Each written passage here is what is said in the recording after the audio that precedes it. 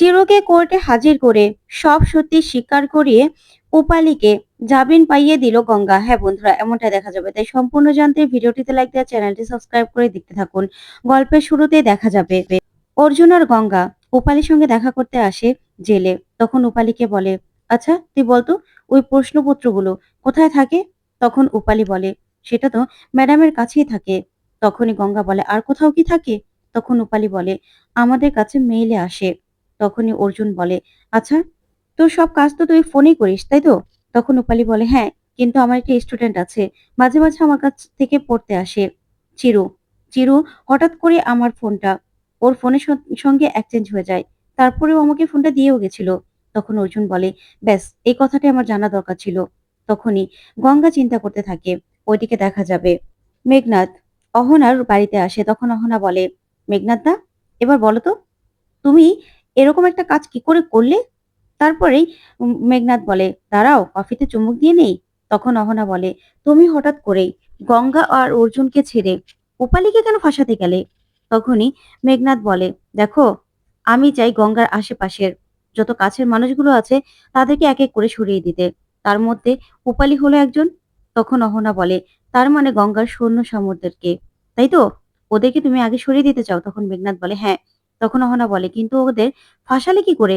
আমি তো সেটাই বুঝতে পারছি না। তখন মেঘনাদ বলে, আছে আছে ম্যাডাম, আমারও লোকজন আছে, তাদের দিয়েই না ফাঁসিয়ে দিয়েছি। তখনই অহনাকে সবটা খুলে বলে মেঘনাদ। তখন অহনা বলে, তার মানে তুমি এইভাবে উপালিকে ভাসিয়ে দিলে? কিন্তু উপালিকে যদি ওরা বের করে নেয়? তখন মেঘনাদ বলে, না, কিছুতেই পারবে না, কিছুতেই না। এবার উপালিকে জেলে পোষতে হবে। আর ওই উপালির বাবা আর অর্জুন, ওরা ভালো করে বুঝতে পারবে যে আমার সঙ্গে এরকম কাজ করার পরিণাম কি হতে পারে। তখনই অহনা বলে, কিন্তু আমি না বুঝতে পারছি না, হঠাৎ করেই উপালিকে তুমি এইভাবে ফাঁসালে বা কেন? ওই চিড়ে যদি কিছু বলে দেয়? তখন মেঘনাদ বলে, না, কিছুতেই বলতে পারবে না, কারণ সেই রাস্তাও বন্ধ করে দিয়েছি। ওদের না এমন অবস্থা আমি করব যে ওরা কোথাও মুখ দেখাতে পারবে না, কোথাও না। অন্যদিকে দেখা যাবে উপালিকে কোর্টে হাজির করা হয় জামিনের জন্য। তখনই বিরোধী পক্ষের উকিল কথা বলতে থাকে। তারপরে সে বলে, ইওর অনার, এই দেখছেন উপালি, উনি একজন শিক্ষিকা। 7 বছর উনি সম্মানের সঙ্গে শিক্ষকতা করেছেন। কিন্তু হঠাৎ করে উনি টাকার জন্য প্রশ্নপত্র লিক করে দেয়। তাই আমি চাই ওনার জামিন না মঞ্জুর হোক। তখনই দেখা যাবে উপালির উকিল দাঁড়িয়ে বলে, ইওর অনার, আমার বিরোধী পক্ষের বন্ধু একটু আগেই বলল যে সুনামের সাথে 7 বছর ধরে উনি চাকরি করেছেন। তাহলে হঠাৎ করে একজন সম্মানিত ব্যক্তিকে এইভাবে কিভাবে কাঠগড়ায় দাঁড় করানো হয়? আর এখানে আমরা জামিনের জন্য আপিল করছি। যেহেতু এই কেসটা তদন্ত সাপেক্ষ, তাহলে এতদিন তো আর একজন শিক্ষিকা জেলে থাকতে পারে না, তাই না? তার জন্যই আমি জামিন চাইছি। তখনই দেখা যাবে বিরোধী পক্ষের উকিল বলে, না, কিছুতেই ওনাকে জামিন দেওয়া যাবে না। তাহলে প্রমাণ লোপাট হতে পারে ইওর অনার, আর প্রমাণ সরানো হতে পারে। সেই জন্যই আমি চাই উনি লকআপেই থাকুক। তখনই দেখা যাবে উপালির উকিল বলে, ইওর অনার, আমার মক্কেল কোনোদিন এই কাজ করতে পারে না, তাই আমি প্রধান শিক্ষিকাকে ডেকে নিতে চাই। তখন প্রধান শিক্ষিকা কাঠগড়ায় এসে বলে, না না, উপালি ম্যাডাম খুবই ভালো একজন শিক্ষিকা, উনি এরকম একটা কাজ কোনোদিনও করতে পারে না। তখনই উপালির উকিল বলে, তার মানে আপনি বলতে চাইছেন যে উপালি ম্যাডাম নির্দোষ, তাই তো? তখন ম্যাডাম বলে, হতেই পারে। তখন দেখা যাবে বিরোধী পক্ষের উকিল দাঁড়িয়ে বলে, ইওর অনার, আমার লার্নার ফ্রেন্ড এইভাবে সাক্ষীর মুখে কথা বসাতে পারে না। তখন জজ সাহেব বলে, হ্যাঁ, আপনি এইভাবে কথা বলবেন না। তখনই ম্যাডামকে বিরোধী পক্ষের উকিল জিজ্ঞাসাবাদ করলেই ম্যাডাম বলে, দেখুন, উনি পুলিশ বাড়ির মেয়ে, ওনার দাদা বাবা সবাই পুলিশ, তাই উনি এরকম কাজ কিছুতেই করতে পারে না। ওইদিকে গঙ্গা অর্জুনকে বলে, এই ম্যাডাম তো খুব ভালো, কিন্তু আরেকজন যাকে সাক্ষী মানা হচ্ছে সে তো ভালো নয়, এই লোকটাকে কেন এনেছে? তখন দেখা যাবে সেখানকার পিয়নকে ডেকে আনা হয়। তারপর বিরোধী পক্ষের উকিল তাকে জিজ্ঞাসাবাদ করে আর বলে, সেদিন কি হয়েছিল আপনি বলুন তো? তখন সেই লোকটা সবটা খুলে বলে আর বলে, আসলে উপালি ম্যাডামকে তো গার্জিয়ানরা সবাই ঘিরে ধরেছিল। তখনই অর্জুন স্যার ওনাকে গাইড করে বের করে আনে।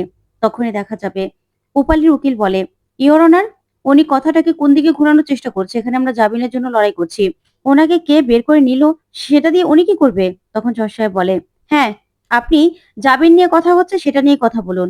তখনই বিরোধী পক্ষের উকিল বলে, কিন্তু ইওর অনার, আমি তো এটা বলতে চাইছি যে উনি যেহেতু পুলিশ বাড়ির মেয়ে, তাই উনি ক্ষমতা ব্যবহার করে যেকোনো কিছু করতে পারে। তখন রূপালীর উকিল বলে, না ইওর অনার, উনি একজন সম্মানিত শিক্ষিকা, তাই উনি যা খুশি তাই করতে পারে না। আর উনার বাবাও একজন সৎ অফিসার, উনার দাদাও অনেকবার পুরস্কার পেয়েছে। তখন বিরোধী পক্ষের উকিল বলে, হ্যাঁ, ক্ষমতা থাকলে আর টাকা থাকলে অনেক কিছুই করা যায়। তখন বিরোধী পক্ষের উকিল বলে, না ইওর অনার, ক্ষমতা আর টাকার ব্যবহারে অনেক কিছু করা যায় না। তাই আমি এবার এমন একজন সাক্ষীকে ডেকে নিতে চাই, যে কিনা ম্যাডামের কাছে মাঝে মাঝে পড়তে আসতো, চিরু, যাকে চিরু বলে সবাই জানে। তারপরেই কোর্ট অনুমতি দিলেই চিরুকে কাঠগড়ায় আনা হয়। ওইদিকে মেঘনাথের লোক আগেই চিরুকে সবটা বলে দেয় ইশারায়। তারপরেই উকিলবাবু বলে, আচ্ছা চিরু, তুমি কিভাবে ম্যাডামকে চিনো বলো তো? তখন চিরু বলে, আসলে আমি ৩ বার ফেল করেছি। তাই মাঝে মাঝে ম্যাডামের কাছে আমি পড়াশোনা শিখতে যাই। তখন উকিলবাবু বলে, আচ্ছা তুমি ম্যাডামের ফোনটা কিছুক্ষণের জন্য নিয়েছিলে, কেন নিয়েছিলে? তখন চিরু বলে, আসলে ফোনের কভারটা এক তো, তাই বুঝতে পারিনি। তখন উকিলবাবু বলে, মিথ্যে কথা বলো না। সত্যি কথাটা বলো। সত্যি কথা বললে, না বললে কিন্তু আমি ফোনের যাবতীয় সবকিছু বের করে আনবো। ওইদিকে মেঘনাথের লোক বলে, না স্যারকে জানাতে হবে। ওইদিকে চিরু ভয় পেয়ে যায়। তখন উকিলবাবু বলে, চিরু, যেই ম্যাডাম তোমাকে পাশ করানোর জন্য দিনরাত খাটাখাটনি করছে, তোমাকে পড়া শেখাচ্ছে, তুমি তার মোবাইলটা কেন নিয়েছিলে বলো? তখন চিরু কি বলবে কিছুই বুঝতে পারে না। ওইদিকে গঙ্গা অর্জুনকে বলে, স্যার, এই ছেলেটার ভিতরেই না ঘাবলা আছে, এই ছেলেটাই কিছু একটা করেছে। তখন জেঠু বলে, হ্যাঁ অর্জুন, এই ছেলেটার ভিতরেই ঘাবলা আছে। তখন অর্জুন বলে, যদি জেরা করতে পারতাম না সব থেকে ভালো হতো। ওইদিকে উপালি বলে, চিরু, তুমি কিনা শেষ পর্যন্ত আমাকে এভাবে ফাঁসালে? তখন চিরু চুপ করে থাকে। ওইদিকে জজ সাহেব বলে, ম্যাডাম আপনাকেও কথা বলতে দেব, তখন না হয় কথা বলবেন। আচ্ছা চিরু, বলো, তুমি ম্যাডামের ফোনটা কেন নিয়েছিলে? তখন চিরু বলে, স্যার আমি বলছি তো, আমার বয়স ১৯ পেরিয়ে ২০ হতে চললো। আমি বারবার করে ফেল করেছি। আমি যদি প্রশ্নপত্র লিক করতে পারতাম, তাহলে তো আমি নিজেই পাশ করে যেতাম। তখনই বিরোধী পক্ষের উকিল বলে, হ্যাঁ ইওর অনার, শুধু শুধু একটা নিরীহ ছেলেকে এইভাবে আমার লার্নার ফ্রেন্ড অস্বস্তিতে ফেলতে পারে না। তখন জজ সাহেব বলে, হ্যাঁ, এখানে চির সম্পূর্ণ নির্দোষ, ও কিছুই জানে না, তাই ওকে শুধু শুধু হেনস্থা করবেন না। তখন এই কথা বলে চিরুকে যেতে বলে জজ সাহেব।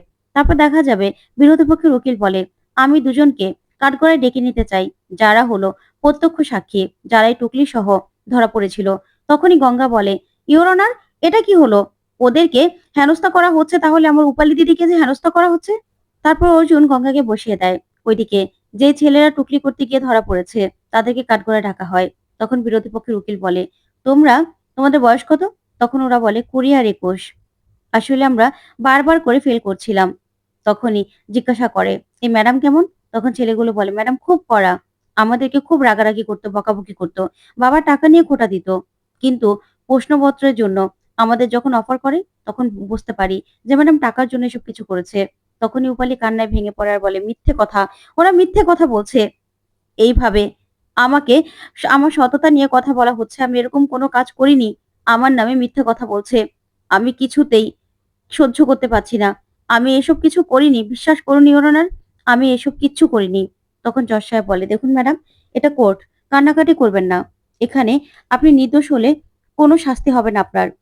এখানে সুবিচার পাওয়া যায়। আপনি চিন্তা করবেন না।